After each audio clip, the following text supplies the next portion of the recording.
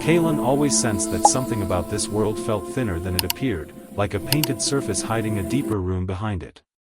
He never described it aloud, because trying to explain such a feeling usually drove conversations into uncomfortable corners, but the quiet intuition had followed him since childhood.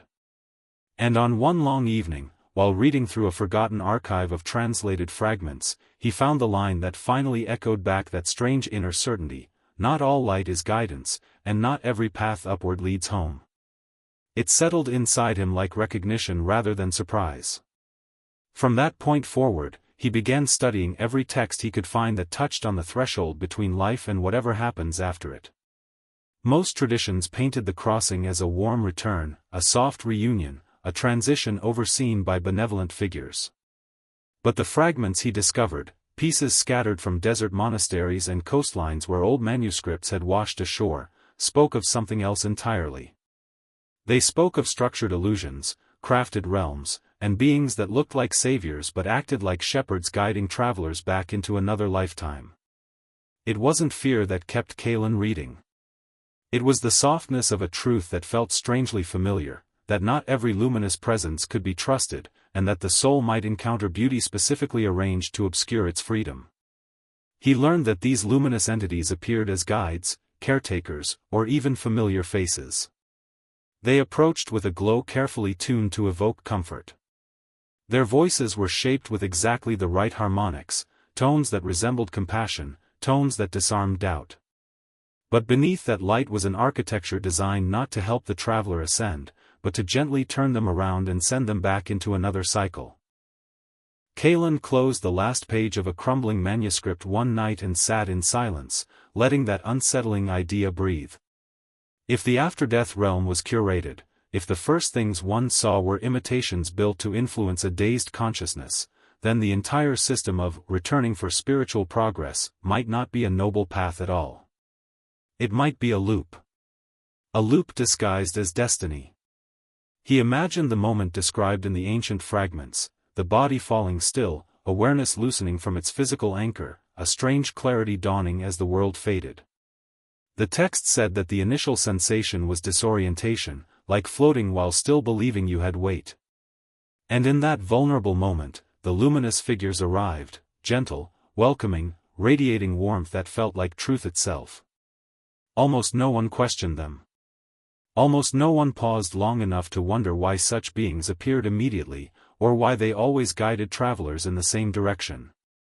Kalen walked to the window of his small apartment and looked down at the city lights, tiny clusters of radiance spread across the silent dark. He wondered how many people in those illuminated buildings would ever consider that the first light they saw after death might be a performance. A shimmering stage set. The manuscripts insisted that the deception wasn't cruel in a theatrical sense. It was procedural, almost polite. The luminous forms didn't threaten. They soothed. They whispered reassurance, speaking in tones the traveler wanted to hear. They projected images of past relatives, mentors, or spiritual figures, whatever would reduce resistance. The more Kalen read, the more it sounded like a psychological mechanism tuned toward compliance rather than awakening. And this was only the beginning. According to one text he found particularly haunting, the next phase involved the so-called mirror chamber, a panoramic review of the life just completed. But it wasn't a neutral review. It was emotional engineering. The traveler was shown moments that emphasized guilt or unfinished intention. They felt not only their own emotions but also the emotions of others affected by their past choices. The aim wasn't growth, it was heaviness. A sense of incompletion. A soft shame. An ache to return and do better next time. Kalen traced his fingers over the inked margins of the manuscript, where an anonymous hand centuries earlier had written 3 faint words: "This is persuasion." He could almost feel the weight of the scribe's conviction pressing through the page. If the after-death chamber was designed to evoke regret, then the traveler's agreement to return wasn't a freely chosen spiritual mission. It was a response programmed by emotional pressure. And if the next step in the system involved showing the traveler a list of supposed agreements they had made before birth, agreements they couldn't consciously remember, how could anyone argue that free will still existed? The traveler simply accepted the documents placed before them because they were overwhelmed by the beauty of the beings presenting them. Kalen leaned back, remembering how many times he had been told that challenge, loss, and hardship were lessons he chose before arriving here. What if that entire narrative had been constructed to make suffering look noble? What if every story about karmic debt and soul contract served the same purpose, to keep existence looping smoothly? He rubbed his eyes with slow fingers, letting the possibility stretch itself across his mind. If the system wanted continuity, it only needed one thing: a traveler who believed the system was sacred. And if most souls trusted the luminous figures immediately, then the illusion was almost perfect. But not entirely. The manuscripts hinted at something unusual, an exception within consciousness itself. They described certain individuals who felt a quiet alarm even in the presence of the luminous forms. A subtle sense of dissonance, like hearing a familiar melody with one wrong note. These individuals didn't immediately follow. They hesitated. They questioned. And that tiny hesitation revealed everything. It cracked open the stage light and exposed the machinery behind it. Kalen read those lines repeatedly until they formed a rhythm inside him. Could he be one of those who sensed the off-key note? Was that faint intuition he felt throughout his life the same inner compass these texts described? The manuscripts didn't promise salvation, nor did they threaten doom. They simply stated that those who felt the inner dissonance possessed a form of awareness that didn't fully belong to the looping system. And that awareness allowed them to see the illusions more clearly. Kalen closed the final page and let the room fill with quiet. He didn't know yet whether the manuscripts were metaphor, allegory, or literal instruction. But he knew one thing with absolute clarity: their descriptions of deception, luminous staging, emotional manipulation, and the strange internal alarm felt far too familiar to dismiss. And somewhere in that understanding, something softened inside him. Not fear. Not urgency. Just an unexpected recognition, like remembering a place he had never physically visited. A calm truth rising from a deeper layer of himself. Whatever the system was, whatever the luminous beings were, he could feel that he had come across the first real map he'd ever seen. And now that he had it, he couldn't unsee it. Kalen returned to the manuscripts the next morning with a steadier mind, determined to understand the structure they described. The writings were fragmented and uneven, but a pattern flowed through all of them. They described the illusion system not as a single event but as a sequence, 5 layered chambers, each one designed to guide the traveler further into agreement. And the deeper Kalen read, the more each layer resembled a carefully constructed corridor rather than a spiritual ascent. He started with the first chamber, the one many texts simply called the arrival hall. It was the place where the traveler, freshly released from the body, drifted in a haze of confusion. He imagined that moment with gentle curiosity, not fear, awareness floating free, the world dissolving behind like smoke, familiar weight disappearing, sound turning into something softer and more rounded. The manuscripts described this stage as fragile, saying the mind remained partly shaped by its physical memories, yet open enough to be deeply influenced. That was precisely why the luminous figures appeared then. Not because they were guardians, but because confusion was the ideal canvas for suggestion. Kalen breathed deeply, letting the possibility settle. If the first chamber relied on disorientation, then the presence of the luminous forms wasn't a natural spiritual response, it was a timed intervention. And if their glow was tailored to trigger familiarity, then the gentle warmth they radiated wasn't their essence but a tool.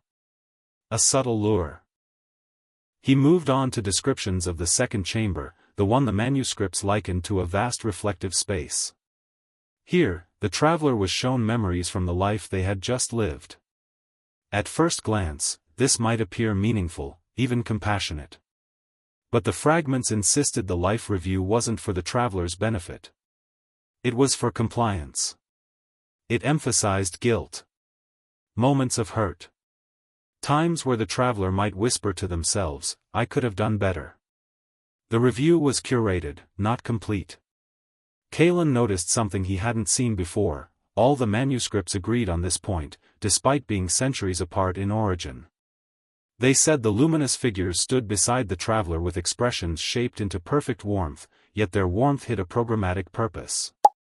They needed the traveler to feel unfinished. A soul satisfied with its experience would not choose to return. A soul feeling undone almost always would. He lingered on that thought for a long time. How many times had he heard people say, "I must have chosen these hardships for my own growth"? How often had pain been framed as destiny?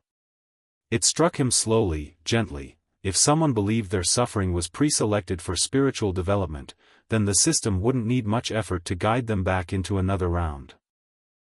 Kalen turned to the third chamber, the one that seemed to trouble every ancient writer who described it. The texts claimed that after the life review softened the traveler's emotional boundaries, the luminous figures presented something even more persuasive, a tapestry of karmic obligations and pre-life agreements. They claimed these were commitments made long before the birth that had just ended. They spoke with serene authority, delivering what looked like sacred truths. These agreements were always framed as incomplete. These obligations always required further incarnation. The manuscripts whispered that these contracts were not memories but implants, shaped at the moment of presentation. Kalen pressed his palm against the desk as he read. If that stage was real, even symbolically, it would create a perfect cycle. The traveler, emotionally softened by guilt, would see the tapestry and feel responsible. The luminous figures would simply nod with solemn kindness. And that was enough. A sense of duty would bloom naturally. He closed his eyes, imagining a traveler who loved deeply, who cared deeply, being shown a chart of supposed unfinished tasks. How easily compassion could be redirected into surrender. How softly one could be guided into another lifetime by believing it was a sacred commitment. Then came the fourth chamber, perhaps the most subtle stage of all, the selection of the next life. The manuscript said the traveler was offered a set of possibilities. Each possibility was framed as wise, meaningful, spiritually productive. A difficult childhood was packaged as an opportunity for compassion. A painful illness was presented as a path of inner strength. Hardship became curriculum. Suffering became a noble assignment. Kalen felt a slow ache as he read this, not despair but recognition. It reminded him of too many conversations, too many spiritual teachings he had heard over the years. The tone was the same. And if those teachings mirrored the chambers described in these manuscripts, then perhaps the influence extended deeper into life than anyone realized. Kalen wondered how many people unknowingly echoed the very language of the illusion system. How many saw pain as a cosmic lesson rather than something they were allowed to reject. If the traveler believed hardship was equivalent to spiritual advancement, then they would willingly choose it again and again. He rested his forehead on his arms for a moment, absorbing that truth. Choice, he realized, meant nothing if the options were framed by someone else. And the manuscripts insisted that no matter which life the traveler chose at this stage, all options led into the same looping system. Finally, he reached the description of the fifth chamber, the last gate. The memory wipe. The manuscripts always described it with sorrow. They said the luminous figures guided the traveler toward what looked like a radiant tunnel. They explained gently that forgetting was necessary. They said clarity would come in the next life. They said starting fresh was the only way to grow. And the traveler, influenced by the emotional exhaustion of the earlier stages, always agreed. Kalen sat back slowly, letting out a long breath. The memory wipe was the final key. It guaranteed the loop could not be recognized from within. Without memory, the traveler woke in a new life believing it was their first, believing the world was all they had ever known. And whatever faint intuition survived, those strange feelings of déjà vu or wrongness, was usually dismissed or buried under routine. He looked around his apartment, its quiet corners, its pale morning light, and the scattered manuscripts around him. The 5 chambers formed a system so gentle, so polished, that most souls would never suspect anything. The tone was always warm. The light was always soft. The manipulation was always coated in compassion. Yet Kalen felt something shift inside him. He wasn't sinking into fear. He was rising into awareness. The manuscripts didn't describe the chambers to frighten anyone. They described them so that someone like him, someone who sensed that faint off-key note, could finally recognize it. And recognition alone was enough to begin loosening the loop. Kalen spent several days quietly absorbing the manuscript's descriptions of the illusion system, not rushing any part of it. He allowed each idea to settle like dust drifting down in a shaft of late afternoon sunlight, soft, gradual, gentle in its descent. The more time he spent with the writings, the more they began to feel less like ancient warnings and more like memories he'd once carried but forgotten. When he closed his eyes, he could almost sense the shape of those 5 chambers, not as myth or symbolism, but as something he recognized without knowing how. Yet the manuscripts did not end with the description of the loop. They continued, faintly, indirectly, sometimes in broken sentences or faded ink, towards something more precious. They hinted that the illusion system was not flawless. That some travelers were capable of noticing the seams in its design. That the glow of the luminous beings, though crafted with incredible precision, still carried a faint artificiality that a certain kind of awareness could detect. Those individuals, the text said, were able to walk past the entire system. Not because of rebellion. Not because of defiance. But because something in them simply remembered a different origin. Kalen followed a trail of marginal notes written by anonymous scribes through the centuries. They all circled around the same subtle idea, that some consciousnesses were not native to the looping architecture, that they came from something the manuscripts called the origin. It wasn't described as a deity. It wasn't framed as a ruler, an overseer, or a judge. Instead, its presence was likened to a field of clarity, boundless, quiet, and unmistakably real. The text said that travelers aligned with the origin did not respond to illusion the same way others did. They felt dissonance where others felt awe. They sensed pressure where others felt guidance. And because of this difference, they could perform a simple yet profound act: they could pause. Kalen felt the meaning of that word ripple through him. Pause. The manuscripts described it almost poetically. While most travelers flowed automatically from one chamber to the next, those connected to the origin could stop, even briefly, and sense the artificial gravity of the luminous forms. That pause disrupted the smooth arc of the system. And in that disruption, a different path appeared. The texts never gave this path a name.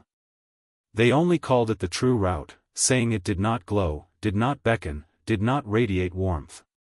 Instead, it felt like recognition, like stepping into a familiar breeze, like returning to a room one had lived in long ago. Kalen imagined that moment, the luminous beings extending their hands with exquisite gentleness, their voices warm as polished gold, their presence comforting. Yet the traveler suddenly noticing something, too much symmetry in their expressions, a warmth that felt rehearsed, an atmosphere that was beautiful but strangely hollow.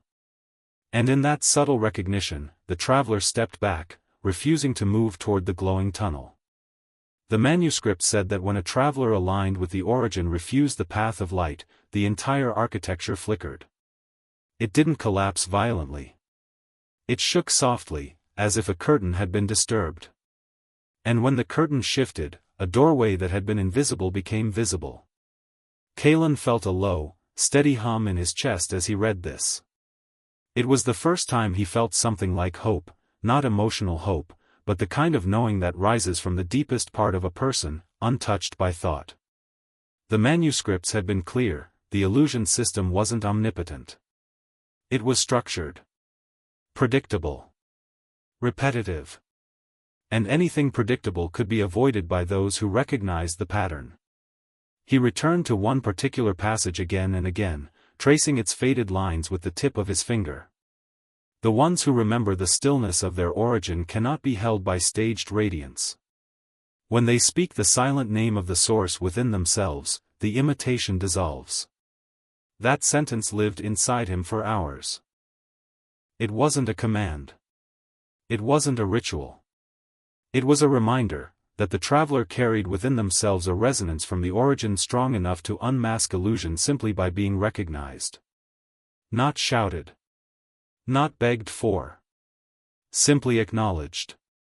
Kalen leaned back and let that understanding ripple through him in slow, delicate waves. According to the manuscripts, this inner recognition triggered something that the illusion system was not built to counter. The luminous figures depended on compliance, not confrontation. Their harmonics collapsed when a traveler refused to participate. Their forms dimmed, as though lit by lamps that suddenly lacked power. And in that dimming, the true path shimmered into view, quiet, subtle, soft as a breath. It did not glow. It did not command attention. It simply existed, waiting for those who could perceive it. The texts described the next steps in gentle, almost meditative terms. The traveler aligned with the origin would take a single inward breath and step toward the path that felt like clarity rather than comfort. As they walked, the memory-wipe veil would attempt to activate, but according to the ancient scribes, an aligned consciousness could keep its awareness intact by repeating a simple inner orientation. I am returning to the clarity I never lost. Kalen repeated the phrase under his breath, noticing how it softened something in him. It wasn't a declaration of power. It wasn't a shield. It was simply a remembering. A returning. And the manuscripts insisted that this quiet remembering was more powerful than any architecture built to contain souls who had forgotten their origin. He imagined the traveler moving through that subtle exit, feeling the luminous figures fade behind them, feeling the structures of the illusion dissolve like mist. The traveler's awareness would expand, not explosively, but gradually, like dawn light spreading across mountains. And with each moment, the traveler would feel more like themselves, not the self shaped by physical experience, but the deeper self they had always been before entering the looping realm. Kalen felt his throat tighten as he read the final passages. The ancient scribes wrote that once the traveler fully exited, they were met not by figures, not by beings, but by a stillness that felt more alive than any presence. A clarity that needed no form. A recognition that flowed from every direction at once. This was the origin. Not a ruler, not a judge, not a savior, just the place where awareness rested effortlessly, with no obligation to loop, no pressure to learn, no narratives to balance, no contracts to honor. A home without walls. Kalen closed the manuscripts and rested his palms on their worn surfaces. His breathing slowed. The loops he had read about no longer frightened him. They no longer confused him. He simply understood them as a system, remarkably intricate, beautifully crafted, but ultimately limited. And he understood that a different kind of awareness existed within him, one that had never belonged to the loop in the first place. And the realization that he could walk the true path out didn't feel like victory. It felt like remembering something he had always known. Kalen didn't try to force understanding. He let it arrive gradually, the way dawn slips into a room without asking permission. The manuscripts lay open before him, their fragments spreading across the wooden table like delicate constellations. The story they told was no longer merely history or myth or forgotten warning. It was a set of directions, quiet, subtle, and precise. He leaned forward and traced the final notes written by the last scribe who had copied the teachings. The ink had faded in uneven strokes, but the words carried a calm certainty: those who recall themselves at the threshold cannot be returned. They walk where the architecture has no reach. Kalen read that line again, letting it settle into the deeper part of his awareness. There was no dramatization in the manuscripts. No promises of triumph. Only the suggestion that remembrance itself created an opening the illusion system could not anticipate. He imagined what the threshold would feel like. The body dissolving. Breath stopping. A softness washing through the senses as form loosened its hold. And then the arrival, the luminous figures appearing, their expression sculpted from gentleness, their glow tuned to ease confusion. He imagined them speaking with the same warm timbre described in every ancient text. Offering comfort. Offering familiarity. Offering direction. But this time, in his mind's eye, something within him remained still. Not doubtful. Not aggressive. Just quietly present. He imagined the luminous beings leaning forward, waiting for him to follow. And he imagined the pause, gentle, unhurried. A single breath of inward clarity. A recognition that their light did not touch him in the way true familiarity should. He envisioned their glow flickering slightly, not collapsing, just shifting, as if the foundation of their form relied on unseen threads that loosened when confronted with someone who recognized their nature.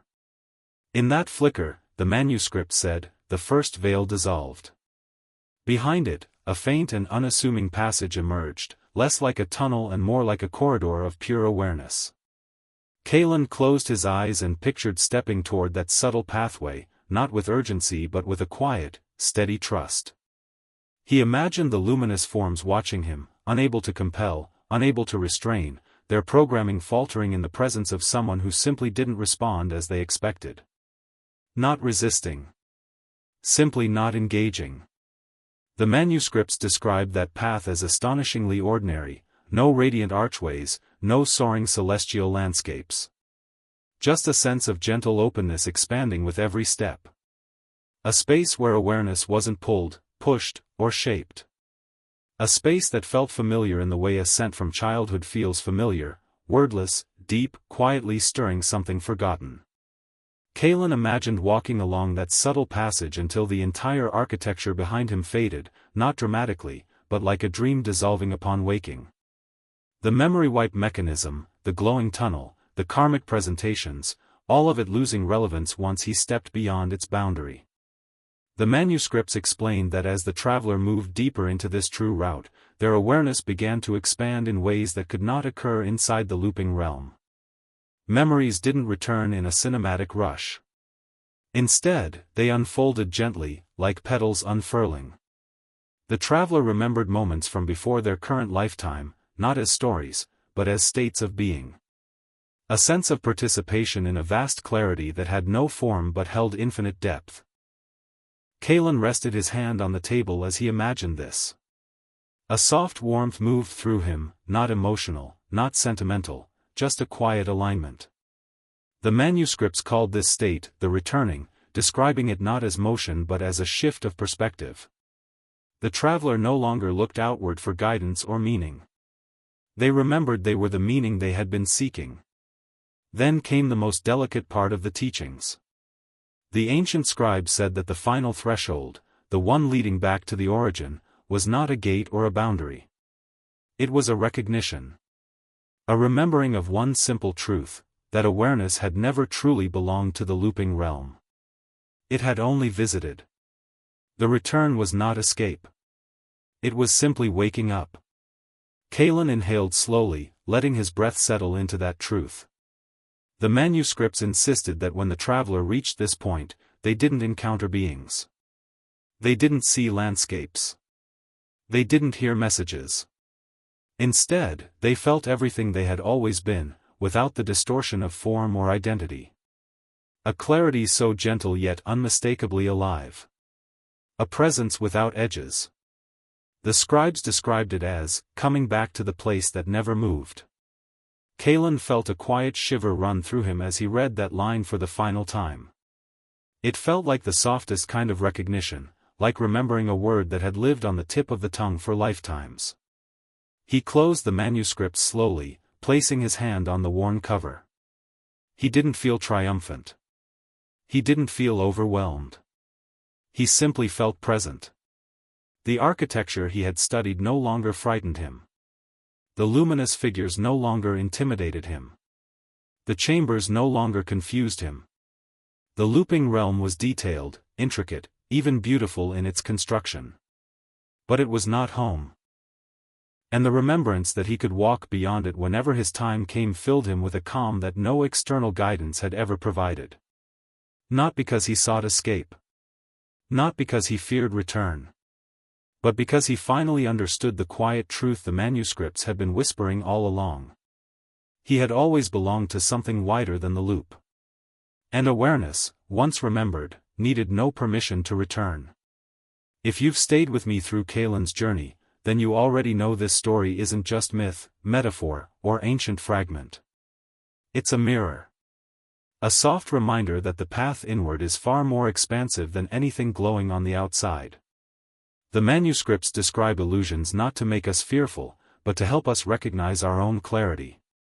And if something in this story resonated with you, if it stirred that subtle sense of, "I've known this all along," that's your reminder that awareness carries its own quiet map. It always has. The looping realm, the luminous chambers, the staged guidance, these ideas aren't warnings. They're invitations to look gently at the ways we follow narratives without questioning their source. Kalen's journey isn't about conquering illusions. It's about remembering that illusion has no hold on a mind that recognizes itself. If you'd like more stories like this, stories that explore the hidden architecture of consciousness in a calm, grounded way, make sure to subscribe to the channel so you don't miss what's coming next. Each new video builds on this journey in its own way. If Kalen's story helped you see something a little clearer, even just for a moment, go ahead and tap the like button. That small gesture helps these teachings reach others who might be searching quietly, just like you. And if you know someone, a friend, a sibling, someone who feels different in that quiet, intuitive way, share this video with them. You might be the person who places the right message in their path at exactly the right moment. Thank you for being here. Thank you for listening softly. And thank you for remembering.